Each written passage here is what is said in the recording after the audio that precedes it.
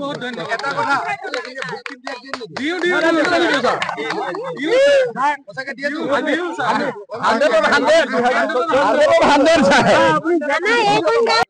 হ'ব গোটেইখিনি কাম চিন্তা কৰিব। ব্লগ এটা তুমি পাছত কৰিব। ব্লগ এটা এতিয়া নহ'ব। ব্লগ এটা 1.5 বছৰ পাছত। আমি য'ত আছোঁ আচলতে এইটো হ'ল ৰিভাৰ ছাইডত সাধাৰণতে আমি কাম নকৰোঁ। আমি য'ত মথাউৰি বনাওঁ মথাউৰিৰ পৰা নদীৰ মাজৰখিনি ৰিভাৰ ছাইড বুলি কয় আৰু মথাউৰিৰ পিছৰখিনি কাণ্ট্ৰি ছাইড বুলি কয়।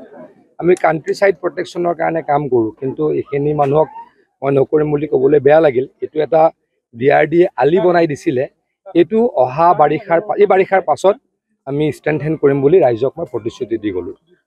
আমি যিমানখিনি কাম কৰিলোঁ যোৱা 4 বছৰত খোৱাং সমষ্টিৰ কাৰণে যথেষ্ট কাম কৰিছোঁ। আপোনালোকে দেখিছেই খোৱাং সমষ্টিৰ 90% কাম নাইকিয়া হৈছে বানপানীৰ ক্ষেত্ৰত। আৰু যদি কিবা কৰিব লগা আছে নিশ্চয়কৈ কৰি দিম। মুখ্যমন্ত্ৰী ডাঙৰীয়াই খোৱাং সমষ্টিৰ ৰাইজক লৈ নিশ্চয়কৈ চিন্তা কৰে। চক্ৰ গগৈ ডাঙৰীয়া আমাৰ সুযোগ্য বিধায়ক, গতিকে তেখেতে আমাক সদায় কৈ থাকে। এইটোৰ কাৰণে মুখ্যমন্ত্ৰী ডাঙৰীয়াক হোৱাটছআপ দিছিলে, মোকো দিছিল। মই আহি লগ পাই গ'লোঁ। ৰাতিপুৱা মুখ্যমন্ত্ৰী ডাঙৰীয়াক ক'লোঁ, মোক চক্ৰ গগৈ ডাঙৰীয়াক সুধিলে যে তুমি যে হোৱাটছআপ দিছিলা সেইটো মথাউৰিয়েনে? তেতিয়া চক্ৰ গগৈ ডাঙৰীয়াই ক'লে সেইটোৱে। গতিকে খোৱাং সমষ্টিৰ প্ৰত্যেকটো খবৰ মুখ্যমন্ত্ৰী ডাঙৰীয়াই ৰাখে, আমি ৰাখোঁ। গতিকে যিখিনি পৰৱৰ্তী সময়ত কৰিব লগা আছে সেইখিনিও কৰিম বুলি ৰাইজক প্ৰতিশ্ৰুতি দিছোঁ।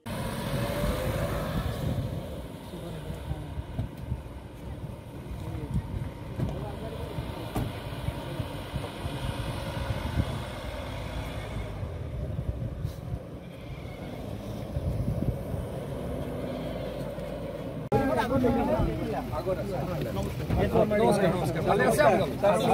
এইটো ভাঙিলে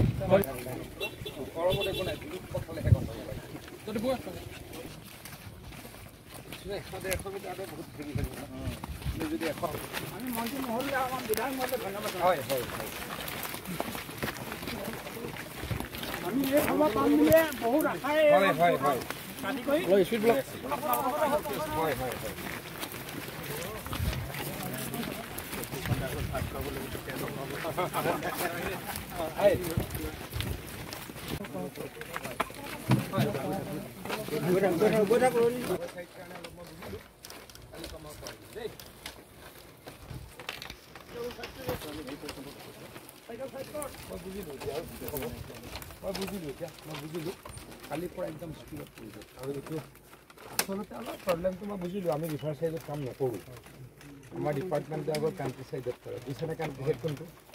মানে মথাউৰি সিফালে কৰোঁ, ইফালে নকৰোঁ। কিন্তু আপোনালোকে যিহেতু ইমান দিনৰ পৰা আছে কষ্ট কৰি দিম হ'ব। আমি কৰি আছোঁ লাগে এতিয়া। আৰু মই একদম শিৱসাগৰ ডিমৌ কৰি একদম মই কাজিৰঙা পাব লাগিব। 10টাত কাজিৰঙা পাম দেই।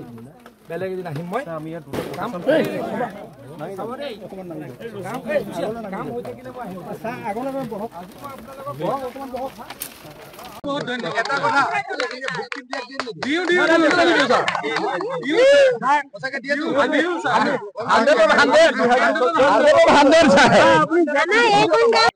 হ'ব গোটেইখিনি কাম চিন্তা কৰিব। ব্লগ এটা তুমি পাছত কৰিব। ব্লগ এটা এতিয়া নহ'ব। ব্লগ এটা 1.5 বছৰ পাছত। ধন্যবাদ ছাৰ। বহুত তাৰমানে এইটো কৰিম, শুনক, এইটো কৰিম নৱেম্বৰৰ পৰা। নৱেম্বৰ পৰা নহ'লে আমাৰ যদি একদম জানুৱাৰী এইবাৰ কামটো হৈ গৈছে নহয়, একেবাৰে মাৰ্চত কেনেকৈ হ'ব? নৱেম্বৰৰ পৰা আৰম্ভ হ'ব, মে'ত শেষ হ'ব। এইটো একেদিনাই হোৱা কাম নহয়। নৱেম্বৰৰ পৰা আৰম্ভ কৰিম। অলপ শুনক, নৱেম্বৰৰ পৰা আৰম্ভ কৰিম, মে'ৰ ভিতৰত শেষ হ'ব। খুব ভালকৈ কৰিম। মই ৰিভাৰ ছাইডত নকৰোঁৱেই। আপোনালোকৰ মুখকেইখন দেখি নকৰোঁ বুলি ক'বলৈ মোৰ বেয়া লাগে। কৰিম হ'ল। নৱেম্বৰ বুলি ক'লে আকৌ সোনকালে বাৰিষা কেনেকৈ এই সূতাটো কাইলৈ পৰা কৰিম। বহুত ধন্যবাদ। এটা কথা দিও সঁচাকে দিয়ে দিওঁ।